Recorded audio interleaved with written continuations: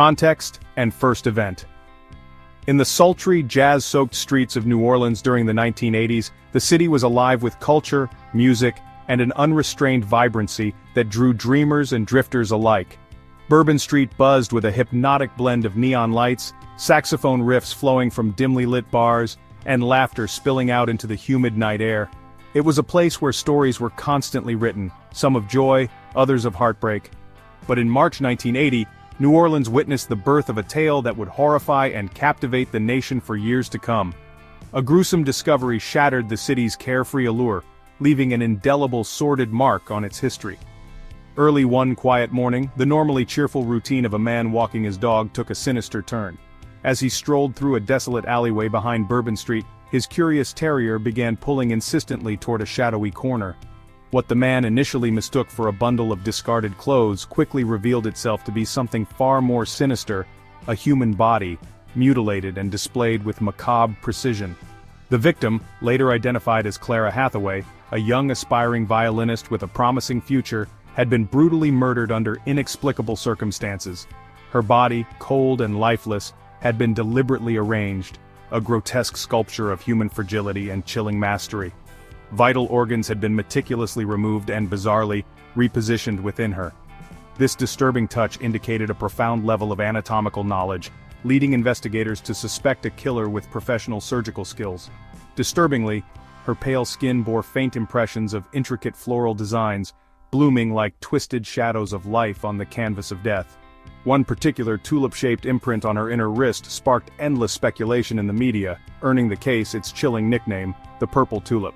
This murder was no unplanned crime of passion. It bore eerie hallmarks of methodical planning and a psychological undercurrent that hinted at something far darker.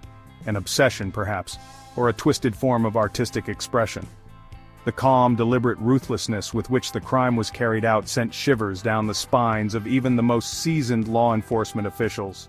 The crime scene told a story that was both cryptic and terrifying. Clara's body was wiped clean of any physical evidence. There were no fingerprints left on her pale skin, no signs of struggle in the alleyway, no personal belongings scattered nearby. It was as if the killer had staged the scene, a chilling performance for an unseen audience. Blood was conspicuously absent, hinting that the murder had occurred elsewhere, and the location where her body was found was simply part of the killer's twisted narrative. The murder sent shockwaves through the Crescent City. Rumors took root in the quiet corners of cafes, and speculative whispers filled crowded jazz clubs late at night. Who could have committed such an act? What drove them to mutilate and rearrange their victim in such a grotesque yet calculated manner? And why the tulip? People questioned whether this was a lone act of terror or the start of a chilling pattern too horrifying to imagine.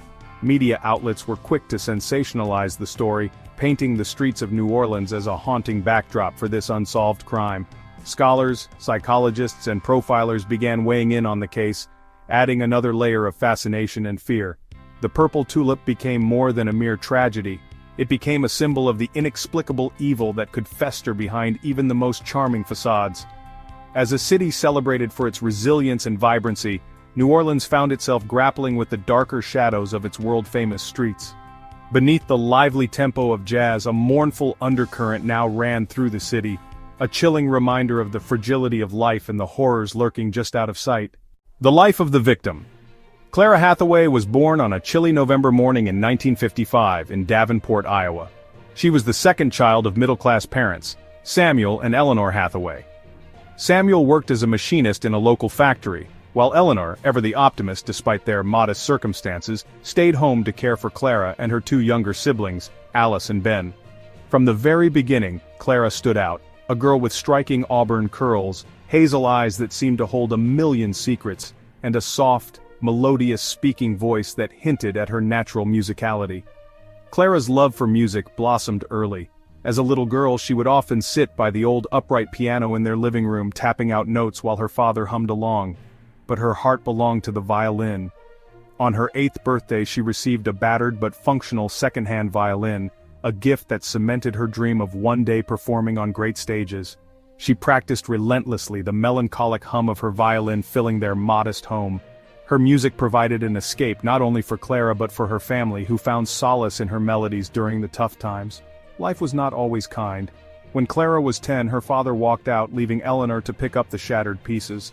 Undeterred, Eleanor took on 2 jobs, sewing at a garment factory by day and cleaning offices at night, to ensure her children would not go without. Clara, ever mature for her age, stepped in to help, caring for Alice and Ben while balancing school and her passion for music. Despite the challenges, Eleanor never let her children lose faith in brighter tomorrows, instilling in them a sense of perseverance and hope that would define much of Clara's life. In high school, Clara excelled in music. She became the first chair violinist in the school orchestra, and earned a scholarship to attend the prestigious Midwest Youth Conservatory during the summers. Her instructors often praised her unique ability to convey raw emotion through her playing. But her academic life was turbulent. While Clara had the soul of an artist, her grades suffered as she poured more energy into music than textbooks. Socially, she was a paradox. Though undeniably beautiful and talented, Clara's introverted nature set her apart. She had a close-knit circle of friends, most of whom shared her love of the arts, but she often felt like an outsider. The community around her was small, occasionally stifling. Clara hungered for something more, something big, bold, and breathtaking that her provincial life couldn't offer. As Clara approached adulthood, her dreams grew bolder. While her peers set their sights on local colleges or small-town jobs, Clara dreamed of New Orleans, a city that captivated her with its mystique, its culture, and most importantly, its music scene. To her, New Orleans wasn't just a city, it was a stage where her talents could shine, where her violin would find an audience worthy of its song. And so, armed with little more than her violin, a suitcase, and her savings from part-time work, she left for the Crescent City in the summer of 1975 at the age of 20. New Orleans welcomed Clara with open arms, but also with its share of challenges. She rented a tiny apartment in the French Quarter, its peeling paint and creaky floors making it a far cry from the life she envisioned. By day she worked odd jobs, waiting tables, bookkeeping, even briefly cleaning hotel rooms. By night she roamed Bourbon Street with her violin in hand, playing hauntingly beautiful melodies outside cafes and jazz clubs, hoping to be discovered. For a time it seemed as though her sacrifices might pay off. Her playing caught the attention of a local jazz trio, and she began performing with them at a small but popular club. Her name slowly circulated among underground music enthusiasts, and Clara felt closer than ever to her dream. Audiences marveled at the way she seamlessly blended classical violin with jazz improvisation, creating a style uniquely her own. But life in New Orleans wasn't all harmony. Clara's relationships were complex and often fraught with turbulence. Her artistic circle introduced her to people from all walks of life: artists, musicians, bohemians, and drifters. Among them were men who adored her, others who resented her independence, and still more who saw her as a muse and little else. Clara had a guarded heart despite her openness in music, and while she dated sporadically, none of her relationships seemed to last beyond a fleeting season. Though she never spoke of it openly, Clara battled moments of self-doubt, financial insecurity, and loneliness. New Orleans was beautiful, but ruthless. It could lift you up with its vibrant culture one moment and swallow you whole the next. Still, Clara remained resilient. She continued playing, continued dreaming, and continued searching for the recognition and love she felt had always eluded her. Her last year, however, was marked by a subtle but significant change. Friends noticed she seemed more withdrawn, less eager to play and socialize. She frequently mentioned feeling watched, though she dismissed it as late-night paranoia. Clara's journal, discovered posthumously, revealed cryptic entries, including mentions of a dark tulip, and a sense of foreboding that something was wrong. Even in her final scraps of writing, however, there was one recurring theme: hope. Clara Hathaway believed in a better tomorrow, perhaps naively so, even as the shadow of her fate loomed near. She wrote about upcoming auditions, new compositions she wanted to try, and above all, her enduring conviction that music could make everything right. Clara Hathaway was more than a victim. She was a dreamer, an artist, a daughter, and a friend. She was an individual who sought beauty and connection in a world that too often met her with indifference. Beneath the tragedy of her death lies the story of a life lived with passion, albeit one cut cruelly short, leaving behind a promise unfulfilled and a melody forever unfinished. Youth and life. Away from home, the year was 1975 and Clara Hathaway had just turned 20. With a battered suitcase, her cherished violin, and a pocket full of dreams, she stepped off a bus onto the cobblestone streets of New Orleans. The air was thick with the scent of magnolias, mingling with the distant, soulful sounds of jazz. For Clara, the Crescent City wasn't just another chapter of her life, it was the symphony she'd been yearning to compose. She had left behind everything she knew in Davenport, Iowa, in search of something greater, something transcendent, despite the daunting unknowns ahead. But dreams, as Clara quickly learned, were expensive. Reality in New Orleans wasn't nearly as romantic as her daydreams had painted it. Fresh off the bus, she found herself standing on Bourbon Street, flinching as barkers called to passers-by, and tourists stumbled out of bars. She clutched her violin case tightly, its worn surface a reminder of home and her late nights practicing alone in Iowa. This was a far cry from her small-town roots, but Clara welcomed the chaos. It meant she was finally in the thick of life. Her first few months were a sobering initiation into city living. Clara rented a tiny studio apartment in the French Quarter. The peeling paint, dim lighting, and constant racket of footsteps above her head might have discouraged another person, but Clara embraced it. It felt authentic. She decorated her walls with sheet music and postcards, creating a sanctuary where her creativity thrived, even as she juggled reality. For all its grime and unpredictability, New Orleans was alive. It pulsed with stories and possibilities, a city where even the shadows seemed to whisper secrets. To make ends meet, Clara took on whatever work she could find. By day, she waited tables at a dingy diner where the tips were as inconsistent as the clientele. At night, she roamed the streets with her violin, performing on corners and in front of lively clubs. Her haunting melodies drew small crowds of tourists and musicians alike. Sometimes she'd earn enough to splurge on a warm beignet and coffee from Café du Monde, moments that felt like tiny victories against the grind of her daily life. It wasn't long before she began carving out a modest niche for herself. A local jazz trio stumbled upon Clara playing near Jackson Square one evening. Mesmerized by her ability to seamlessly blend classical strings with the improvisational nature of jazz, they invited her to jam with them during a club set. That night, under the dim glow of old chandeliers, Clara found her footing as a performer. She transformed from the shy girl with the violin to a daring artist who could hold an audience's attention with a single sweeping note. The trio would ask her back again and again, and suddenly she wasn't just another face in the French Quarter. Clara Hathaway was becoming a name whispered among underground jazz enthusiasts. But for every high, there was a low. Clara's financial situation remained precarious. Rent crept up, gigs didn't always pay, and there were nights when sheer exhaustion left her too drained to play. She confided in her journal about feeling like an imposter. Was she talented enough to make it? Was she fooling herself, leaving a stable life in Davenport for a dream that felt so unattainable? The constant drumbeat of self-doubt was always present, whispering in the background even as she dazzled audiences at intimate club performances. Then there were the relationships. Clara, by nature, was fiercely independent, a trait that drew admiration from some and resentment from others.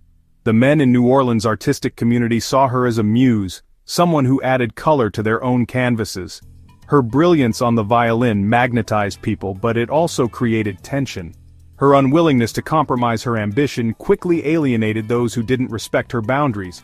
Love, when it came, often felt fleeting.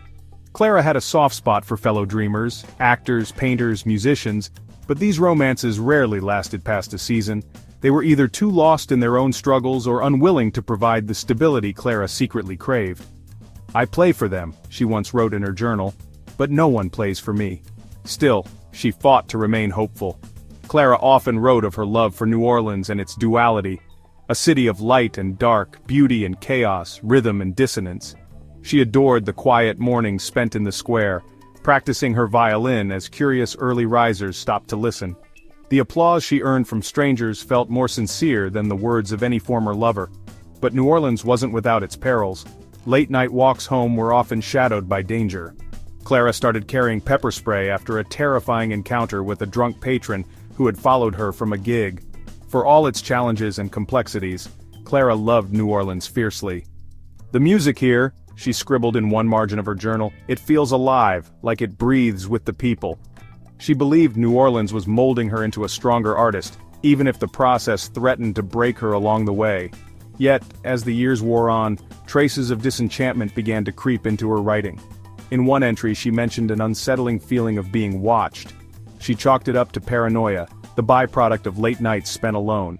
But other entries hinted at something darker, mentions of shadows passing near her window when no one should have been there, or the feeling of eyes trailing her as she played on the street. Despite these fears, Clara pressed forward.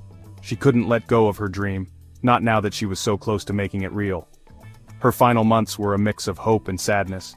She booked more gigs, though they often paid little, and put all her energy into an upcoming audition she believed could be her big break.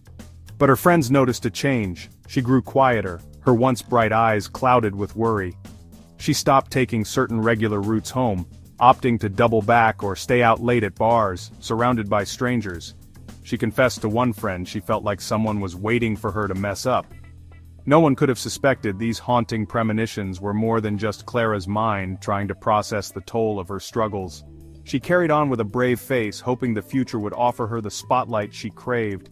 But New Orleans, with all its beauty and darkness, had other plans. Clara Hathaway's youth and time in the city were an intricate tapestry of music, ambition, hope, and an inescapable shadow that would one day consume her story. The moment the body was discovered. It was a grimly overcast morning on March 15, 1980, the kind of day when the sultry air of New Orleans felt heavy, weighed down by a sense of foreboding. The city, still rubbing sleep from its eyes from the revelry of the previous night, settled into an uneventful rhythm. The clinking of coffee cups in corner cafes and the muffled sound of street vendors preparing for the day filled the air. On the edges of Bourbon Street, in a desolate alley overshadowed by fire escapes and neon restaurant signs that had long gone dark, a man named Walter Keaton was walking his terrier Ginger. Walter had walked this street many times before. He was a retired dock worker, well known by locals for his slow steps and southern drawl, and by now, his weekday morning strolls with Ginger were as predictable as the sunrise. But today, something was different. Ginger tugged at her leash harder than usual, her natural curiosity drawn to a grim scene hidden just around the corner. At first, Walter thought nothing of it. Dogs sniff around all the time. It was likely garbage or discarded food from a partygoer stumbling home. But as Walter followed Ginger toward the shadows of the alleyway, his heart began to thump faster. He saw what appeared to be a pale, shapeless form slumped against a crumbling brick wall. He stopped dead in his tracks, his eyes narrowing as he tried to make out the details. His brain wrestled with the image, a misfit mannequin discarded from a novelty shop perhaps? But no, something was terribly wrong. The stillness of the figure was too human, too deliberate. As Walter stepped closer, the reality of what he was seeing hit him like a gut punch. Spread out before him, laid out deliberately on the cold, filthy concrete, was the mutilated body of a woman, her graceful frame horrifically twisted into something grotesque. She was completely nude, the unmarred pallor of her skin eerily bright against the gritty backdrop of the alley. But there was something disturbingly theatrical about the entire arrangement. Her arms were spread wide above her head, palms curiously relaxed, as if surrendering to unseen forces. Her legs were extended slightly apart, suggesting a haunting calmness in the pose. It was this grim artistry to the positioning that made Walter stagger back in horror. Ginger, still eager to sniff, yanked toward the body, but Walter quickly scooped her into his arms. "Come on, girl," he muttered under his breath, his voice shaking. He turned away, his arms tight around the terrier, and his pulse hammering loud in his ears. It took him several moments to comprehend what he needed to do next. He half stumbled, half sprinted to the nearest payphone and called the police. His voice cracked as he struggled to describe the chilling scene he had just stumbled upon. Minutes later, a cacophony of sirens broke the quiet of the morning. Police vehicles screeched to a halt on the edge of the alley, and officers moved quickly to cordon off the scene. Detectives, forensic experts, and crime scene photographers filed in behind them, each trying to process what they were seeing. The area, normally filled with clanging streetcars and the buzz of Bourbon Street tourists, became an oasis of stunned silence as the professionals absorbed the horrific tableau. Clara Hathaway's mutilated body lay there as if it were a nightmarish work of art. Her torso, still intact, bore faint blue and purple bruising that told its own story of prolonged torture. Her head tilted slightly to the left, giving her an almost peaceful, contrived appearance that clashed violently with the brutal reality of her fate.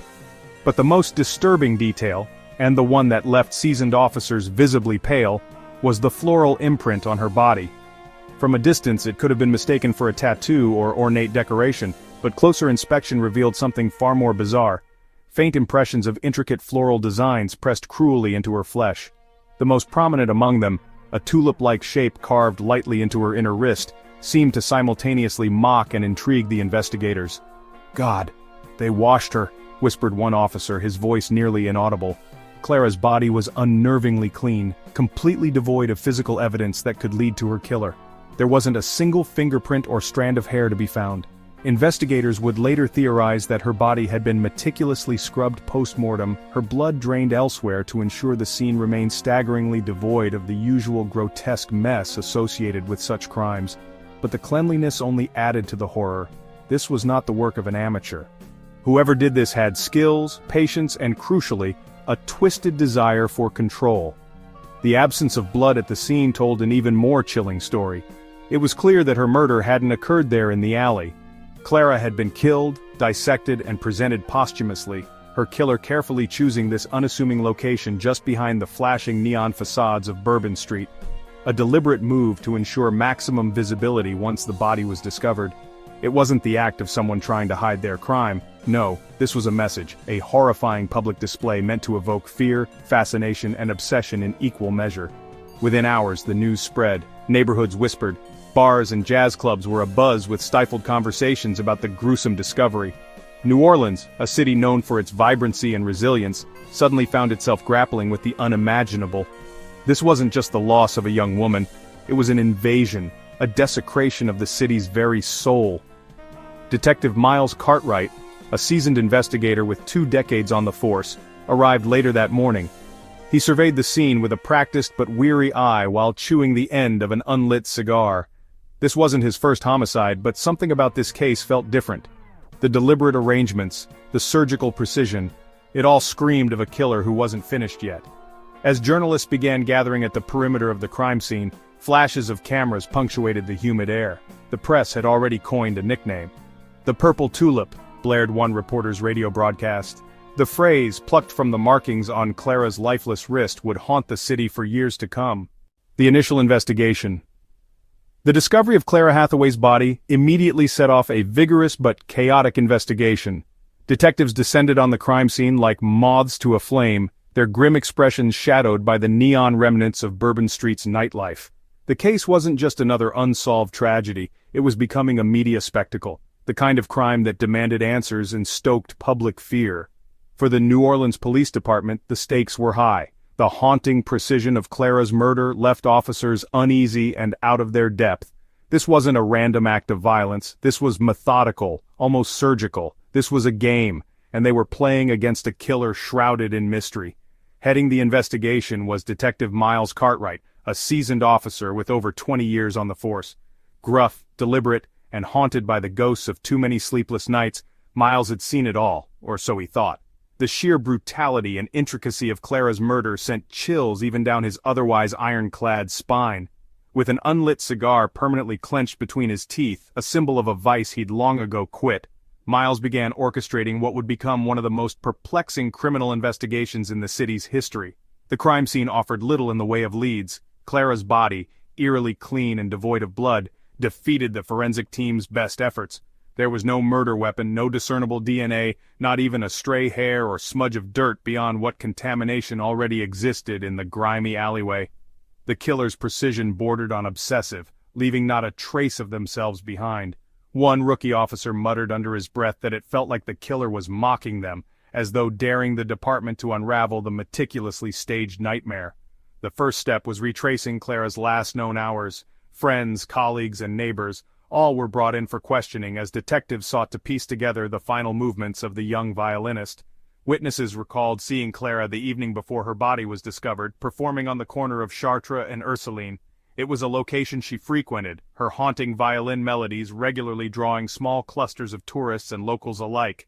That night, there had been nothing out of the ordinary, just Clara playing her familiar tunes dressed in a simple skirt and blouse, melting into the music she loved. "Anything unusual?" Miles asked a street vendor who operated a cart near Clara's usual playing spot. The vendor scratched his head before responding. "She seemed a little off, you know. Usually she's smiling while she plays, kinda in her own little world.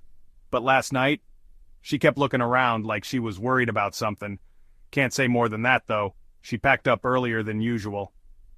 While Clara's uneasy demeanor that night added a layer of intrigue, it didn't provide nearly enough information to identify a suspect. Participants at local jazz clubs, where she sometimes played, delivered a similar story. Clara had been quieter than usual in the days leading to her death, but no one knew what was troubling her. Her landlady, a sharp-tongued woman who managed the run-down French Quarter apartment building where Clara lived, described hearing faint violin music in Clara's apartment the night before her body was found. "She was still playing after midnight," the landlady said, gripping a chipped ceramic coffee mug. "Always thought that music meant she'd be okay." Never suspected she wouldn't come home. The investigation widened its net to include everyone in Clara's circle, acquaintances, fellow musicians, colleagues from her odd jobs, and even former romantic partners. The questioning initially cast a spotlight on a man named Raymond Denby, a local surgeon who had once briefly dated Clara. Raymond's surgical expertise made him an immediate person of interest, given the post-mortem precision inflicted on Clara's body. Adding to the suspicion was his reputation, charming to some, cold and calculating to others, and fiercely private. Detectives brought him in for questioning. "Where were you the night of March 14th? Miles asked from behind a dingy metal desk in the cramped interrogation room. "Surgery," Raymond replied coolly, his hands resting lightly on the table. "I was at the hospital." It didn't take long to verify his alibi. Raymond had been in the operating room performing a heart bypass procedure at the time Clara was likely murdered. Still, his connection to Clara raised eyebrows, and notes from her journal hinted at tensions between them.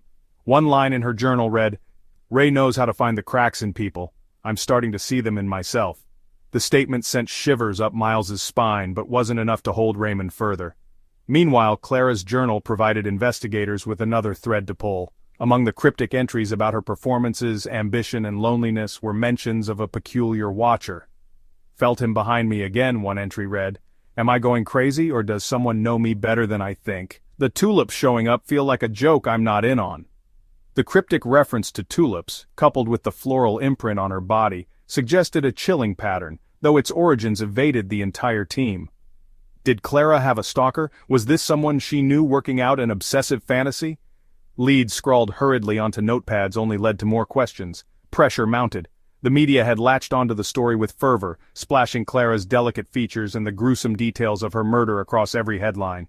"There's a monster in New Orleans," declared one prominent journalist. Parents worried for their children. Musicians on Bourbon Street spoke in hushed whispers about the killer taking down one of their own. And within law enforcement circles, tensions boiled. Officers growing desperate for results clashed with one another, and the lack of physical evidence frustrated even the seasoned professionals. Adding insult to injury, letters began arriving at a local newspaper 2 weeks after the murder. These letters, filled with lurid narrative details about the crime scene and references to the artistic perfection of death, suggested the writer was the killer. Each letter was signed with a cryptic pseudonym, the Tulip Maker. The pressure for answers intensified as public fear and fascination escalated. Leads dwindled, promising theories became dead ends, and suspects were cleared one by one. The deeper detectives dug, the more elusive the truth became, like trying to hold water in cupped hands. With each passing day, New Orleans began to feel less like its vibrant self, and more like a city trapped in the shadow of a darkness it couldn't outrun. Detective Miles Cartwright knew one thing as the initial investigation stalled. This killer was not done, and they had played their opening move with chilling perfection. The mysterious letters. 2 weeks after the discovery of Clara Hathaway's mutilated body, just as the city of New Orleans was beginning to process the horror of the Purple Tulip murder, a chilling new element emerged in the case. A local newspaper, the Times-Picayune, received the first in what would become a series of cryptic taunting letters signed by someone claiming to be the killer. The letters, which arrived in the early hours of the morning, were written in deliberate, almost poetic language, each one dripping with an unsettling blend of arrogance and cruelty. The Times-Picayune had hardly opened for business on that fateful Tuesday morning, when a receptionist noticed an unmarked envelope left inside the newspaper's mail slot. It was plain and unassuming, except for the word urgent scrawled in block letters on the front. Curious, the receptionist handed it over to a senior editor, who ripped it open without a second thought. What fell out would become infamous. A neatly folded piece of stationery adorned with a faint purple tulip watermark and written in delicate, nearly calligraphic handwriting. The contents were horrifying. The letter began with a thinly veiled mockery of the police and ended with a cryptic, almost theatrical flourish. "To those who claim to guard the streets of this laughing city, fail again as I know you will. The first act has played and my hand was steady. The work was pure, the flower lives. Beware the bloom of death that grows for some and know that beauty cannot exist without sacrifice. With grace, the tulip maker. The editor's hands trembled as he reread the letter. It wasn't an anonymous tip, a prank, or a hoax. It felt disturbingly real. Beyond the flowery language, there were details about the crime that had never been revealed to the public. The writer referenced the careful arrangement of the body, and even described the faint floral impressions left on Clara Hathaway's skin, an element the police had deliberately withheld from journalists to prevent false confessions or amateur sleuthing. The editor immediately called the police. Within an hour, Detective Miles Cartwright sat in the newspaper's conference room with the letter spread out before him, his brow furrowed in disbelief. The situation, already surreal, had taken an even darker turn. The letter was sent to the department's forensic lab where handwriting analysts and criminal profilers pored over every detail. Was the tulip maker a pseudonym carefully crafted to taunt authorities or a genuine name steeped in delusion? The choice of stationery, with its faint floral watermark, suggested an unsettling deliberateness, as though the writer had thought through every element of the correspondence right down to the paper. "If this is our guy," Miles muttered as he leaned over the document, "he's either a complete narcissist, a wannabe artist, or both." The nickname, the Tulip Maker, spread like wildfire. The media devoured the story, plastering headlines across televisions, newspapers, and radio stations. Locals, already disturbed by the brutal details of Clara's murder, now felt the looming specter of a killer who wanted to be seen, celebrated, even admired. When a second letter arrived at the Times-Picayune days later, it threw fuel on an already roaring fire. This time the envelope was stamped with a tulip emblem on the back flap. The letter was as cryptic as the first but more detailed in its content. The writer mentioned specific details that suggested they had either spent an extended period stalking Clara or had somehow read her innermost thoughts. The music she played was haunting, but even haunting music has an end. I watched her for months, her light dimmed by sorrow. She knew I was watching, she felt my gaze, yet she couldn't see the beauty I saw in her, until now. The flower, once plucked, does not weep. It blooms forever. The tulip maker. The psychopathy behind the letters chilled investigators to the bone. I watched her for months, the letter claimed, suggesting a terrifying period of stalking and obsession. But beyond the taunting prose, the police knew these letters served a deeper purpose. They weren't just communications, they were a performance. To the tulip maker, these letters were part of his grand show, where Clara's death was the opening act, and the city of New Orleans, its media, and its law enforcement were his unwitting audience. With each letter, the city's paranoia grew. Families began locking their doors, something rare in the warm, communal atmosphere of New Orleans neighborhoods. Street performers, especially women, grew wary of playing alone after dark. Clara's friends, still grieving her loss, told reporters about their fears that the killer was lurking among them, blending in with the city's bohemian crowd. "Makes you wonder if he's been standing right next to us this whole time," remarked one musician who frequented Bourbon Street, "listening to our sets, asking us for advice, laughing like nothing happened, makes my skin crawl." For Detective Miles Cartwright and his team, the letters introduced a new layer of complexity to an already enigmatic case. Was the killer sending these messages because they craved attention, or were these letters part of a larger psychological game? The FBI provided additional profiling expertise, theorizing that the killer likely possessed an inflated sense of self-importance. "This person," the profiler explained to Miles, "thinks of themselves as not only the architect of Clara's demise but as the conductor of this entire symphony of fear. The letters are their encore. They want to bask in the chaos they've created." By the time the third letter arrived in early April, investigators were grappling with exhaustion and frustration. This missive was shorter, with a single haunting line. "3 more blooms are ready. Await the spring." The implications were horrifying. Did the tulip maker intend to kill again? And if so, why wasn't it happening now? The reference to spring seemed almost poetic, as though the killer was linking his timetable to the cycle of nature, to transformation, to the fleeting life of flowers. It was as gruesome as it was genius, a layer of performance art interwoven with murder. Despite expert analyses and relentless efforts, there were no fingerprints, no smudges, no usable artifacts left behind on the letters. The writer was scrupulous, methodical, and maddeningly careful. All police had to work with was an ominous pen name and a growing pile of cryptic messages. Behind every new clue loomed a singular question. Was the tulip maker done with New Orleans, or was this just the prelude to something even more sinister? Truly understanding their mind could be the only way to stop them, if they didn't strike again first. Suspicions about relationships. In any homicide investigation, those closest to the victim become the first focus of suspicion, and in Clara Hathaway's case, her relationships formed an intricate tapestry of intrigue and unanswered questions. Investigators knew Clara's life had been intertwined with the vibrant but transient artistic circles of New Orleans, an intoxicating mix of musicians, poets, painters, and dreamers. But every friendship, every romance, and every artistic connection had to be scrutinized, as the clues to her tragic death might lie there. One of the first leads the investigation followed was Raymond Denby, a local surgeon who had briefly been romantically involved with Clara. Raymond wasn't just an ordinary figure in her life. He was older, successful, and carried with him an air of aloof charm that both fascinated and unsettled those who knew him. His connections to Clara, combined with his surgical expertise, immediately placed him in the crosshairs of suspicion. As detectives delved deeper into his relationship with Clara, they uncovered a mix of passion and conflict, most of it recorded in fragments within Clara's journal. Clara had written cryptically about Raymond, referring to moments of both admiration and unease. Ray sees people's flaws.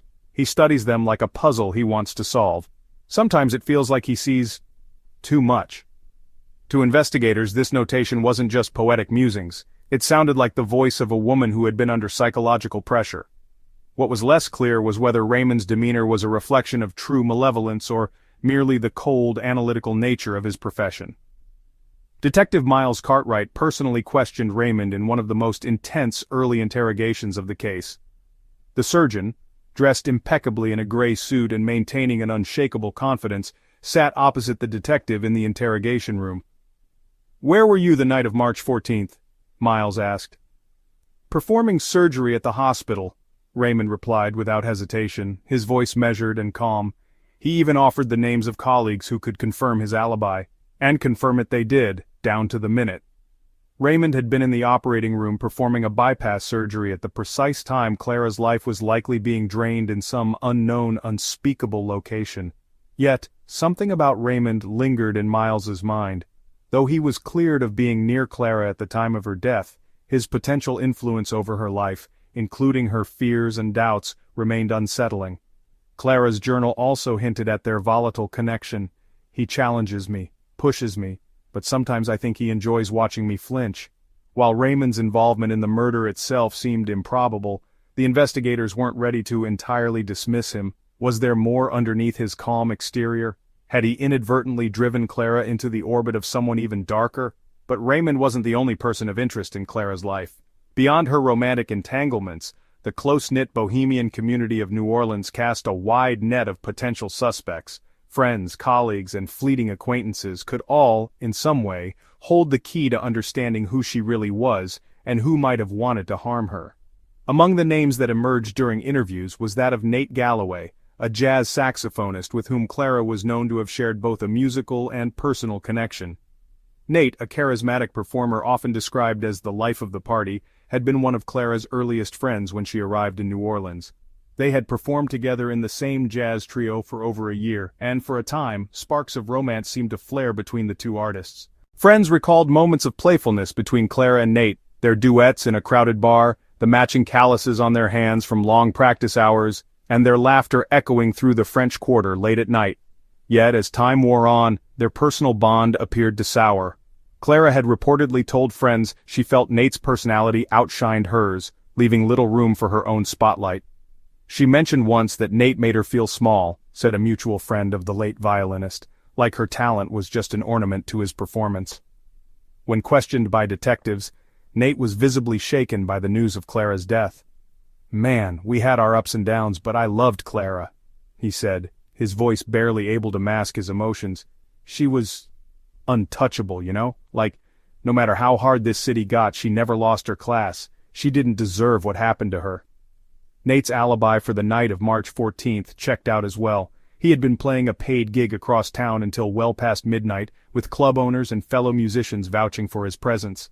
Still, Miles Cartwright couldn't shake the competitiveness that had once existed between Nate and Clara. Could resentment have brewed within Nate despite his declarations of affection? Or had someone else in their shared circle acted on emotions they kept buried beneath Bourbon Street's buzzing nightlife? Then there was Marissa Davis, Clara's on-and-off confidant whose role in her life seemed to vacillate between loyal friend and subtle rival. Marissa, a painter known for her murky watercolors depicting New Orleans landmarks, met Clara shortly after she'd arrived in the city. For years, the two women appeared to enjoy a sisterly bond, but conversations with mutual acquaintances painted a more complicated picture. Marissa was tough to read, said one musician who frequented the same community of artists. She'd hype Clara up in one breath and then undercut her in the next.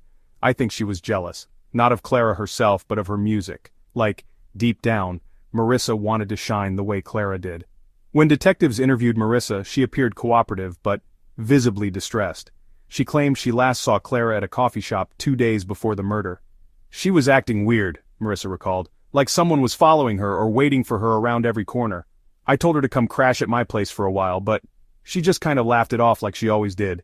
And now? Marissa started crying mid-sentence, her voice cracking as she spoke. The detectives couldn't tell whether the tears were born from guilt, fear, or genuine grief. Suspiciously, Marissa became defensive when the floral imprint found on Clara's body, the infamous tulip mark, was brought into the conversation. The artist abruptly ended the interview, claiming exhaustion. Although Marissa offered little outright evidence of foul play, her mercurial nature left a lingering doubt. Could envy or personal conflict have created a rift so deep it led to unspeakable consequences? While no immediate proof connected her to the crime, Marissa remained a point of interest in the weeks to come. The complex pool of individuals surrounding Clara left detectives chasing threads that led in circles. Each relationship added a new dimension to the portrait of her life and offered more questions than answers. Was it passion, jealousy, or obsession that drew the killer to Clara? And was it someone she loved, feared, or barely even noticed, a shadow lurking on the fringes until the right moment? The police face obstacles.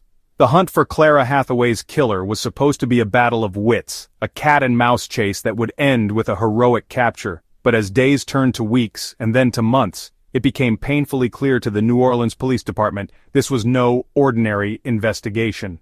The case that had started with so much determination and press-fueled urgency began unraveling into a murky labyrinth of dead ends, false leads, and mounting frustrations.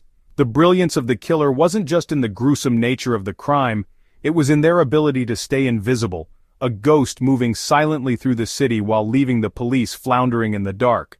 The first major obstacle was the crime scene itself, or rather, its lack of usefulness. From the moment detectives arrived in that filthy alleyway, they knew they were up against something chillingly deliberate. Clara's body had been scrubbed clean of any evidence. No fingerprints, no hairs, no fibers. Nothing. The alley itself added to the difficulty. It was a grimy tangle of discarded junk, cigarette butts, and foot traffic from drunken partygoers. Any trace evidence that might have existed had surely been obliterated by the chaos of Bourbon Street. The sense of futility was palpable among the forensic team. Whoever did this didn't slip up. Not once, a forensic analyst muttered, her face tight with frustration as she inspected the crime scene for the third time. It's like they planned every second of what they were doing. The autopsy report offered little solace. Clara's body showed signs of meticulous post-mortem mutilation, cuts clean and deliberate, surgical in nature, with a precision that left no room for interpretation. It was clear this was no random act of violence or crime of passion. This was a deeply calculated act. Yet, even with the impressive technical knowledge on display, gathering clues about the killer's identity proved nearly impossible. The lack of blood at the scene suggested Clara had been murdered elsewhere, her body transported and staged in the alley as part of some twisted theatrical presentation. But where had the killing taken place? And how had the killer managed to move her undetected through the city's bustling streets? These questions were met with only silence. It wasn't just the absence of physical evidence that posed a challenge. The letters, maddening, cryptic, and dripping with an artist's flair for the macabre, added a new layer of complexity and derision. Signed by the self-proclaimed tulip maker, the killer's taunts to both the police and the press injected a menacing psychological edge into the investigation. The letters referenced Clara's murder with chillingly specific details. They mocked the department's failure to make any meaningful progress. With each new letter came a rising sense of humiliation within the investigative unit, as well as a growing paranoia that the killer was watching their every move. "Every word in these damn letters feels like it was chosen to make us look stupid," Detective Miles Cartwright said, tossing one aside during a late-night strategy meeting. "This guy doesn't just want us to know he's in control, he wants the whole city to know." The media, ever hungry for sensationalism, capitalized on the chaos. News reports highlighted every perceived failure of law enforcement, filling headlines with phrases like, "Tulip maker one step ahead," and "Police baffled as time slips away." Journalists camped outside the station, shouting questions at Miles and his team whenever they appeared in public. With New Orleans already a city built on drama and performance, the case was transforming into something more than an investigation. It was becoming folklore in the making. Parents warned their children to stay indoors. Artists and musicians on Bourbon Street grew cautious, their late-night gatherings diminished by the specter of danger. Rumor twisted into fact, speculation turned into fear. The pressure on the department was suffocating. And then there was the matter of the suspect pool. Clara's multifaceted life made narrowing down potential leads feel like chasing ghosts. Her close circle of friends included passionate artists, musicians, and bohemians, many of whom shared complicated histories with her. There were jealous rivals, rejected lovers, and lingering resentments. Questioning each of them proved fruitless. Most were cooperative but genuinely devastated by Clara's death. While some suspects, like Raymond Denby and Nate Galloway, raised initial suspicions, strong alibis cut through the air of intrigue that surrounded them. Others, like Marissa Davis, Clara's on-again, off-again confidant, gave interviews that stirred doubt thanks to their inconsistencies, but nothing solidly linked them to the crime. For every thread the detectives managed to pull, it unraveled into scores of new questions. And as the pressure from the public mounted, so did the tension within the department. Frustration turned into tempers flaring in briefing rooms, detectives sparred over theories that went nowhere, promising leads fizzled into dead ends. Even the FBI, which lent its resources and profilers to the case, admitted they were stumped. The tulip maker's psychological profile painted a chilling picture. Someone with above-average intelligence, surgical knowledge, and a thirst for control, not just over their victim, but over the entire investigation. "If they weren't a killer, they'd be the world's greatest chess player," Miles said during one grim office gathering. "They're not just outthinking us, they're thinking 5 moves ahead." The killer's unpredictable timing also became a source of agony.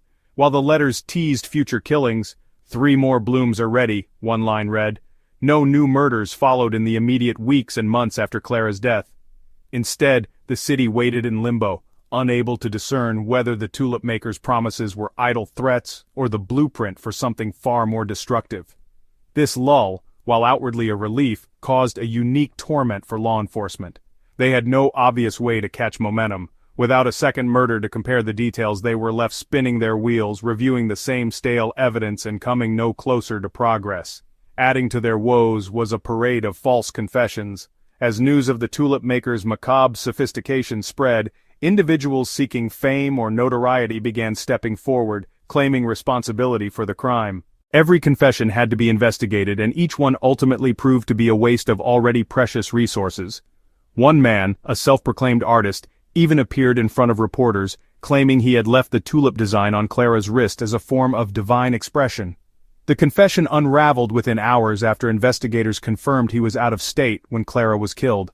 By the 6-month mark, the weight of failure began eating away at the team. Homicides in New Orleans were unfortunately not uncommon, but this one felt different. It wasn't just about solving a crime.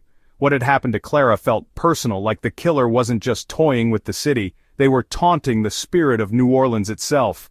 The vibrant streets of the French Quarter, usually alive with music and freedom, now carried an undercurrent of unease.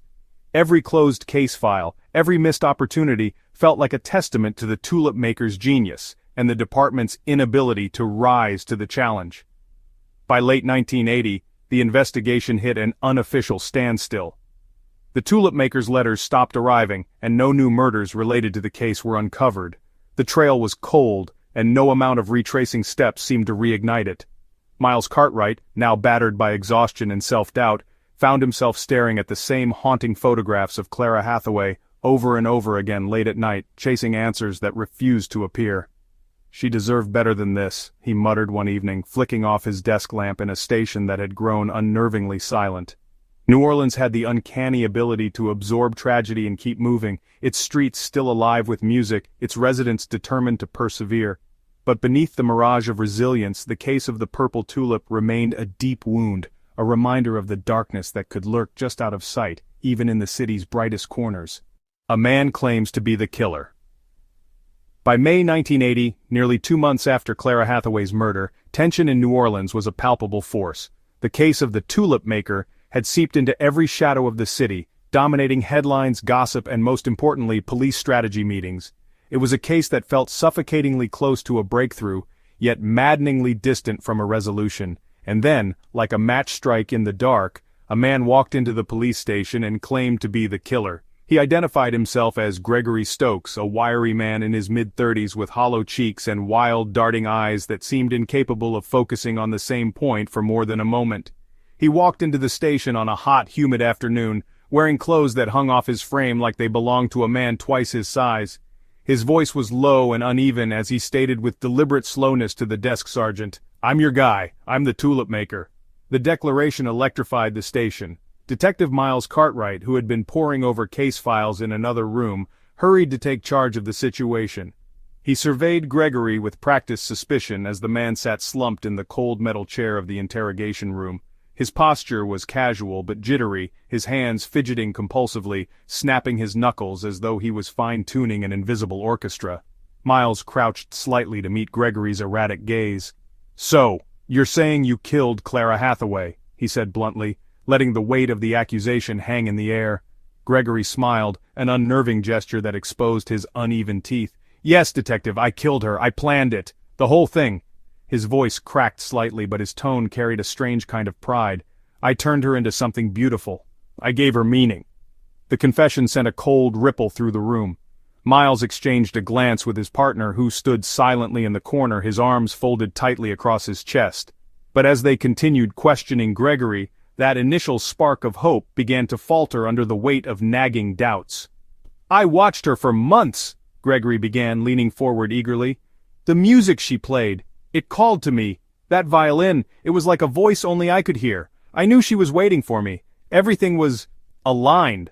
Miles clutched the bridge of his nose, a habit that had developed during the long months of chasing false leads. "Aligned, huh?" he said, his tone half curious, half cynical. "So tell me, Gregory, how'd you do it? Walk me through the night of March 14th. Gregory hesitated, the confidence in his earlier admission wobbling slightly. I followed her from the corner where she played. She didn't see me because I stayed far enough back. I waited until she turned into the alley and I grabbed her there." Miles leaned back in his chair, crossing his arms. "Really? In the alley?" A flicker of annoyance crossed his face, but he hid it well. Clara's murder had been meticulously planned and staged, and every shred of evidence, or lack thereof, pointed to a killer who had killed her elsewhere and transported her body afterward. "Where was the blood, Gregory?" Miles pressed. "What did you do to her body before you left her in the alley?" The question clearly caught Gregory off guard. He faltered, stuttering as his fingers drummed erratically against the edge of the table. But he recovered quickly, his voice regaining some of its earlier bravado. I drained it. I cleaned her up. You can't just leave a mess for people to find. It ruins the whole scene." It was a weak response, and Miles could feel his irritation bubbling under the surface. "You got real specific about the crime scene in that moment," Miles said, leaning forward. "Too specific. Almost like you've been reading the papers." Gregory's smile faltered. His eyes darted nervously around the room, as if searching for an exit that wasn't there. "What are you saying? You think I'm lying? I'm not lying. I'm an artist. Like her. I see the world the way she did." By that point, Miles had heard enough. He allowed Gregory's words to echo in the silence for a moment before letting out a frustrated sigh. The confession, while dramatic, reeked of someone desperate for attention, not someone who had committed the horrifying act they were investigating. Still, Miles had a job to do. Over the next grueling 2 hours, he and his team systematically picked apart Gregory's statement, asking for specifics about the murder, details about Clara's life, and, most critically, information about the floral imprint on her body, a fact the police hadn't released to the public. Gregory faltered on every question of substance. His answers grew weaker, more inconsistent, until finally, he fell silent altogether. Forensics dealt the final blow. Gregory's fingerprints, hair samples, and handwriting were all taken, and within 48 hours, the results confirmed what Miles had suspected all along. Gregory Stokes was a fraud. Not only had he been out of the city on the night of Clara's murder, but every aspect of his confession had been cobbled together from public details reported by eager journalists hungry for lurid headlines. Perhaps most damningly, he had no conceivable links to Clara, or to any circles she frequented. When confronted with the evidence, Gregory became defiant. "You don't understand!" he shouted as he was led out of the interrogation room. "I could have done it. I should have done it. You're all too stupid to catch the real guy anyway." His voice cracked with equal parts indignation and desperation, and then he was gone, a hollow man searching for his 15 minutes of notoriety in the midst of tragedy. For the police, Gregory's confession was more than just a frustrating distraction. It underlined the crushing weight of the case and the psychological pressure it was creating, not just on law enforcement but on the broader community of New Orleans. The tulip maker had become larger than life, a phantom monster lurking in the public consciousness. People like Gregory, drawn to the macabre allure of the case, were a reminder of the cultural power Clara's murder had taken on, power that made every step toward finding the real killer feel impossibly fraught.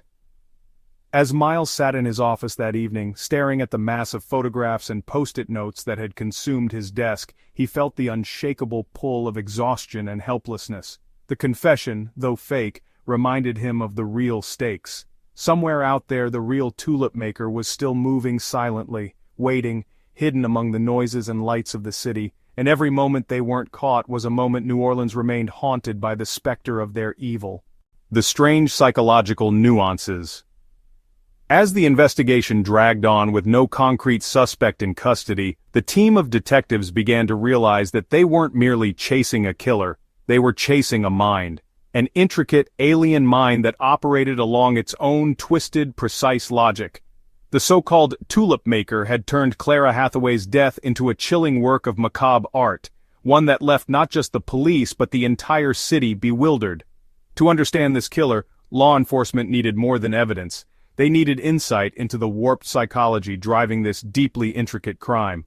"We're not hunting a regular perp here," Detective Miles Cartwright said during a meeting with the newly assigned FBI profiler. His voice carried the weight of sleepless nights and endless dead ends. "This guy isn't killing for money, revenge, or lust, at least not in a way we're used to seeing. He's killing for meaning. You ever hear of someone like that?" FBI profiler Dr. Elaine Trask leaned back in her chair, a seasoned veteran who had spent years studying some of the most dangerous minds in America. Her expression was calm yet wary. She could see the toll this case was taking on the local team. "They're rare," she responded eventually, glancing around at the tired faces in the room. "But they exist. Individuals who kill not for personal gain but for narrative, for performance. Your guy isn't just a murderer, he's a narcissist, a creator, someone who sees himself as building something larger than just a body count." This concept, murder as art, as symbolism, sent a chill through the room. Yet it perfectly explained the meticulous nature of Clara's murder.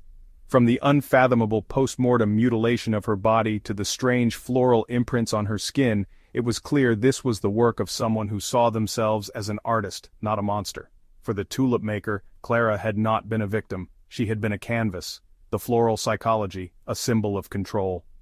One of the most perplexing and grotesque details of the murder was the floral imprinting on Clara's body, particularly the tulip design etched faintly into her inner wrist. What baffled authorities was not just the level of precision, but the intentionality behind it. Why tulips? Why decorate the body in that way at all? Dr. Trask presented her theory after several days of combing through the case details. "The tulip is symbolic," she explained during a briefing. "It's a flower associated with fleeting beauty, fragility, and the inevitability of decay. Think about it. Tulips don't last long, even in the best conditions. They're vibrant for a short season, and then they wither. I believe that for your killer, this flower represents their perception of Clara's life and maybe even their own life. They see beauty, but they can't help but destroy it." The detectives absorbed her words in somber silence. The image was haunting. To the tulip maker, Clara was a fleeting bloom, a temporary object of admiration that could only be preserved, ironically, through death.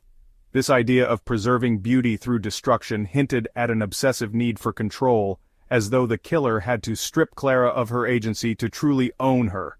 This added a new layer of depravity to the crime. What investigators also considered was the calculated coldness of the floral imprinting. The design didn't appear carved or tattooed, but pressed into her flesh with some unknown tool after death, suggesting a level of care that bordered on reverence. It wasn't an act of anger or haste, it was patient, deliberate. Every moment of that crime had been rehearsed in the killer's mind long before it ever happened. "This guy isn't just detached," another detective murmured grimly after Dr. Trask spoke. "He's creating his own reality, bending the rules to fit whatever sick fantasy fuels him. It's not enough to kill. He needs us to stand here and try to figure out his little art project." Stalking and psychological warfare. Further analysis of Clara's final months painted a picture of relentless psychological torment. From cryptic entries in her journal to whispered conversations with friends, it became clear that she had felt a sinister presence watching her long before her death. Phrases like, "I feel his eyes on me," and "the shadows are longer than they should be," hinted that Clara had been aware of her stalker, though she hadn't realized the extent of the danger. One entry stood out in particular. "The tulips showing up feel like a joke I'm not in on." Investigators now believe the killer might have started leaving subtle symbols or clues in Clara's environment, perhaps flowers, notes, or staged encounters designed to unsettle her. These acts of psychological warfare served dual purposes. They heightened the killer's sense of control while eroding Clara's sense of safety. This wasn't just stalking, Dr. Trask concluded. This was a campaign. He wanted her to feel trapped, powerless. The murder wasn't just the culmination of his obsession, it was the final move in a game he'd been playing alone. The performative killer, narcissism at its worst. One element.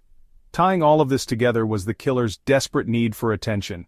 The tulip maker didn't just kill Clara, he needed the world to notice.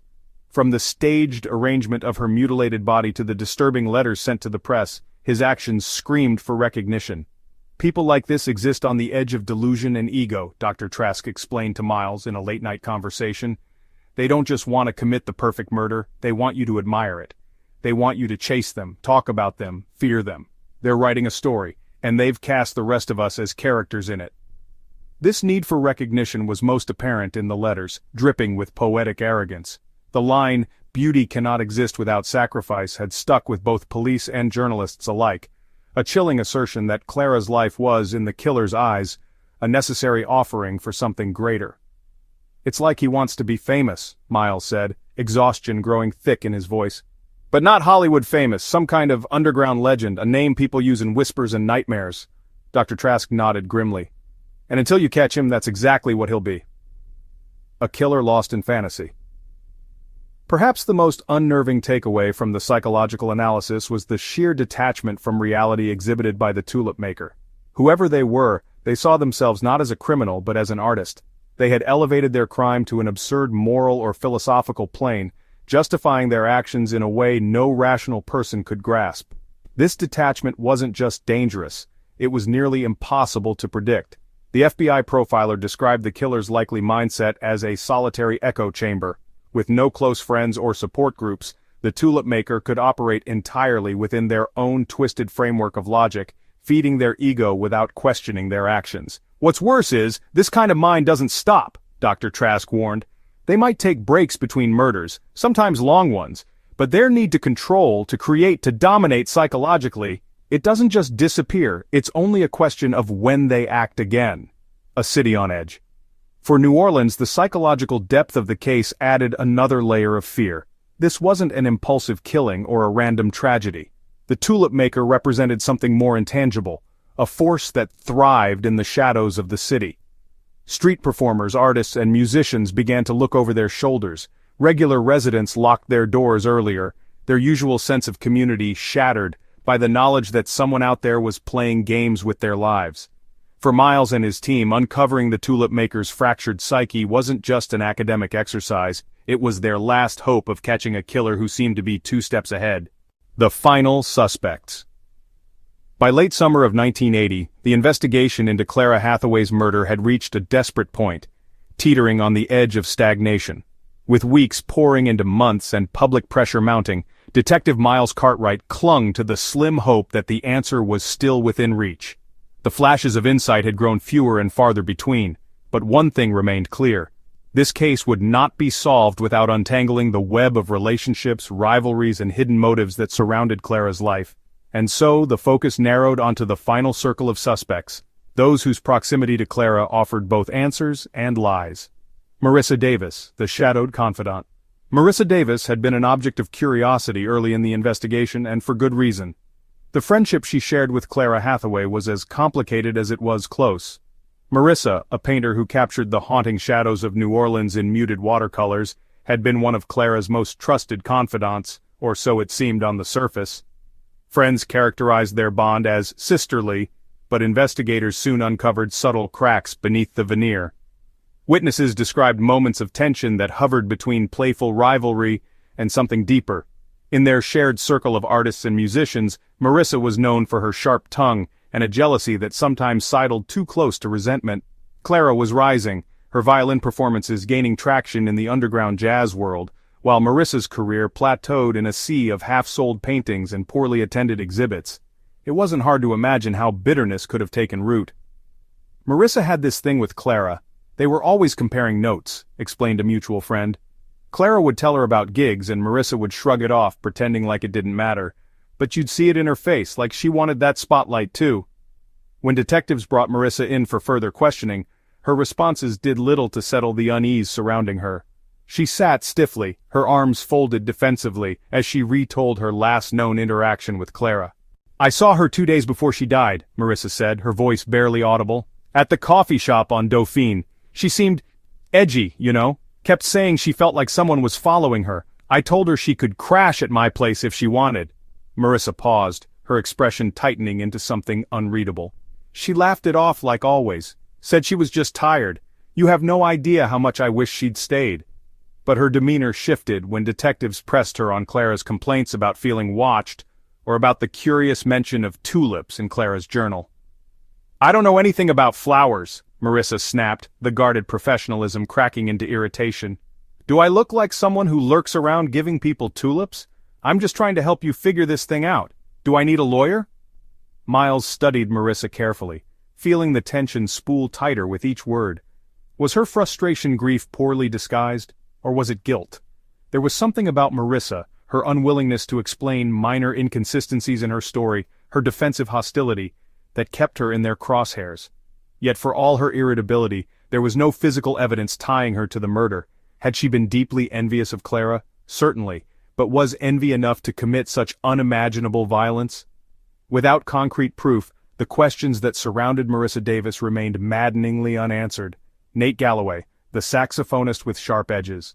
On any other street, in any other city, Nate Galloway would have been the kind of man people described as charming, magnetic, the life of the party. But on Bourbon Street, where charisma was as common as the sound of clinking glasses, Nate was something more, a towering figure among local jazz musicians, a saxophonist whose raw, brassy melodies could silence even the rowdiest of crowds. To the uninformed, Nate's connection to Clara Hathaway seemed harmless. They played together, often appearing as if carved from the same artistic fabric, and their laughter was often as loud as their music. But beneath that harmony, according to their inner circle, a competitive tension bubbled just below the surface. Clara was one of the few musicians in Nate's orbit who could eclipse his presence, and some say it gnawed at him. "She was the real talent," admitted another musician who had played with both of them. "Nate was good. Hell, he was great. But Clara, there was something about her that just drew people in. She didn't have to try that hard. Sometimes I'd catch Nate looking at her like he couldn't decide if he was proud of her or pissed about it." When questioned directly, Nate painted himself as little more than a heartbroken bystander. His voice cracked as he talked about Clara, and his hands trembled when he recalled how he'd heard the news of her body being found. "I had gigs the night she died," Nate told the detectives, the weight of his alibi painstakingly corroborated by club owners, musicians, and even receipts. "I wasn't anywhere near her." Despite his apparent sincerity, pieces of Nate's personality kept investigators wary. The ease with which anger flared in his tone, the way his eyes narrowed when Clara's name was mentioned, the stories from mutual friends about heated arguments during their time playing together. One witness recalled an incident where Clara had stood her ground during a rehearsal, refusing to follow Nate's lead on an arrangement they were crafting. The argument reportedly escalated to shouting, with Nate storming out midway through. "I'd never heard her," Nate muttered when Miles confronted him with the story. "She pushed me sometimes, sure. But that's what made her great. I loved her for it. Whatever happened to Clara, it had nothing to do with me." As with Marissa, the absence of physical evidence made the case against Nate almost non-existent, and his alibi stood solidly in place. But the shadows cast by his competitive streak, the unspoken tensions of their partnership, lingered long after detectives crossed his name off their active list. Raymond Denby, the surgeon with secrets. Standing apart from the bohemian chaos of Clara's inner circle was Raymond Denby, the surgeon whose brief romantic entanglement with Clara added a chilling undercurrent to the investigation. As the only person in her orbit with medical knowledge that matched the precision of the mutilation Clara endured, Raymond became a natural, if reluctant, focus of police attention. Raymond's alibi, performing a bypass surgery on the night of Clara's murder, was airtight. Every minute accounted for, every colleague confirming his presence. But something about him left detectives unsettled. Perhaps it was his clinical, almost detached responses during interviews, or the cryptic passages about him unearthed in Clara's journal, where she described him as a man who sees the flaws in everything and everyone. When confronted about his relationship with Clara, Raymond spoke in clipped, measured tones. "It was brief," he admitted. "She ended it, I agreed. We were too different." Yet Clara's own words suggested otherwise, that Raymond's analytical nature had left her feeling watched, studied, even unnerved. Though cleared as a suspect in the murder itself, Raymond remained a specter in the ongoing investigation. Could Clara's time with him have inspired or provoked someone else into targeting her, or was he simply another enigma in a case full of them, questions without answers? As the weeks wore on, the final suspects were examined, eliminated, or left in eerie limbo as detectives hit wall after wall. Each offered a plausible connection, a possible motive, but none unraveled the mystery of the tulip maker. Was the killer hidden among Clara's vibrant world of artists, fractured relationships, and competitive rivalries? Or did the real danger come from the periphery, someone she barely noticed, lurking in the shadows? The absence of definitive proof left the case suspended in torment, the final suspects caught between suspicion and closure. And as the autumn air settled heavy over New Orleans, the police were no closer to catching Clara Hathaway's killer. The cold case. By the end of 1980, the investigative team realized a painful truth. They were no closer to unmasking Clara Hathaway's killer than they had been the morning her lifeless body was found in the dim shadows of Bourbon Street. What had started as a case fraught with urgency, promise, and determination had slowly deteriorated into a murky swamp of dead ends, frustrated leads, and unanswered questions. And worse, it began to slip into the dreaded category that no detective ever wanted to admit: unsolved. The day the investigation was officially deemed inactive hung over Detective Miles Cartwright and his team like a funeral. Though no one said it outright, the silent glances exchanged in the precinct spoke louder than any words. There was no ceremony, no closing statement, just a quiet acknowledgement that they had hit a wall they couldn't break through. The weight of failure. Miles spent that last day reviewing the case files one final time, his office a cluttered mess of notes, photographs, and pinned crime scene maps. The dim glow of his desk lamp cast long, eerie shadows across the room, highlighting his worn expression. He'd been a detective for over 2 decades, having worked homicide cases that made other men quit or drink themselves into oblivion. But this one had burrowed under his skin. She deserved better than this, Miles muttered under his breath, his voice barely audible over the creak of his chair. He held a photograph of Clara, her violin resting gently on her shoulder, her auburn curls catching the light in a way that made her seem almost otherworldly. The image was a far cry from the brutalized stage tableau that haunted his dreams. It was the stark contrast between the serene beauty of her life and the grotesque craftsmanship of her death that Miles couldn't shake. Clara had been more than just a murder victim. She was a symbol of what the city had lost, and her killer was still out there, taunting them from the shadows. For the NOPD, shelving the case felt like surrender. Of course, the inactive label didn't mean the file was closed forever. Should new evidence arise, or if the tulip maker chose to strike again, the case could be reopened. But Miles and every member of his team knew how rare that was. Time was the enemy. Witnesses moved away, memories faded, evidence degraded. Cold cases had a way of freezing in the cracks of history, untouched and unsolved. Clara's legacy and New Orleans' silent wound. For New Orleans, Clara Hathaway's murder became folklore. Whispers of the purple tulip killer rippled through the city's more intimate corners, the narrow alleyways, crowded jazz clubs, and smoky cafes where artists and dreamers gathered. For some, Clara was elevated to a kind of tragic icon, a martyr of beauty and ambition. For others, her grisly fate served as a bitter warning about the dangers of seeking stardom in a city as alive and as dark as New Orleans. "I still can't believe it," said one cafe owner who remembered Clara fondly in one of the few interviews given years after her death. She'd sit right there by the window practicing her violin before her gigs. She had this look, like she was carrying the whole world in her eyes but wasn't gonna let it show unless it was through her music. Now people just talk about what happened to her, but they forget how alive she was. Clara's friends and colleagues tried to move on, but the shadow of her murder lingered. Some left the city entirely, unable to bear the weight of Bourbon Street's familiar rhythms that now felt haunted by Clara's phantom. Others dived even deeper into their work, their music, their art, as if trying to outrun the memory. Street performers, especially women, began taking precautions unheard of before Clara's death. The image of a solitary violinist playing under the flickering glow of a street lamp, once a symbol of New Orleans' free-spirited charm, now seemed reckless, even dangerous. Walking home alone at night took on a heavier risk, and for a time it felt as though the Crescent City had dimmed, its vibrant soul weighed down by unspoken fears. For the city as a whole, the unsolved murder became a symbol of vulnerability. New Orleans prided itself on its resilience, on its ability to dance through hurricanes and thrive in chaos. But Clara's unsolved case was a reminder that some wounds couldn't be healed, some mysteries couldn't be unraveled, and somewhere the tulip maker, a phantom wrapped in arrogance and darkness, was still out there, the team's lingering regret. For the detectives who worked the case, the failure left an indelible mark. Dr. Elaine Trask, the FBI profiler who had worked tirelessly to analyze the tulip maker's psyche, returned to Quantico with a sour taste in her mouth. "Some killers want to be caught," she had said to Miles during one late-night conversation. "But this one doesn't. He's happy in the shadows, in the performance of it all. That's what makes monsters like him so dangerous. They don't just hide, they thrive on being unknown." Miles replayed those words in his mind for years.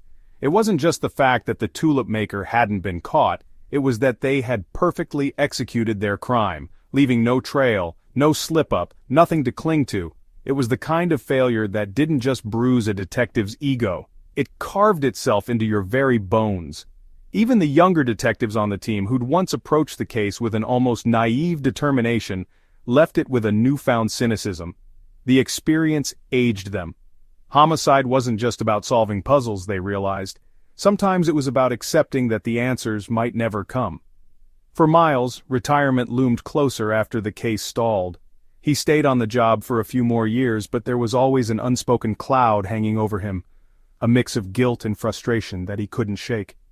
The unsolved case followed him home at night, seeped into his conversations, and lingered in the quiet moments when he wasn't thinking about much at all. On his last day on the force, as he packed up his office, the last thing he put into a cardboard box was Clara Hathaway's case file. Not because he thought he'd figure it out, he knew those days were behind him, but because he couldn't let it stay on a shelf, forgotten. 40 years on, a mystery that haunts decades past, but the shadow of the purple tulip murder never truly left New Orleans. Crime documentaries and amateur sleuths revisited Clara Hathaway's story, their narratives laced with speculation and dramatization. Was it someone from her inner circle, an anonymous stalker, or a drifter passing through carrying secrets they'd never share? Every few years articles would reappear discussing New Orleans' most haunting unsolved murder, putting Clara's face in the limelight once again. For those who remembered her, it was bittersweet. An acknowledgement of her enduring impact, but also a reminder of the justice that never came. "What still gets me," one retired detective said in an interview years later, "is how someone like that, how Clara could just disappear from the world like that. And the guy who did it, he's out there somewhere, trusting in time to protect him, and the worst thing is, history might let him get away with it." Today the murder of Clara Hathaway stands frozen in time, a case filled with questions no one could answer, evidence too perfectly erased, and a killer whose name will never be spoken with certainty. New Orleans moves on, as it always does, but every city has its ghosts. And for New Orleans, Clara Hathaway is among them, a violinist whose final note still echoes, waiting for the resolution she'll likely never receive.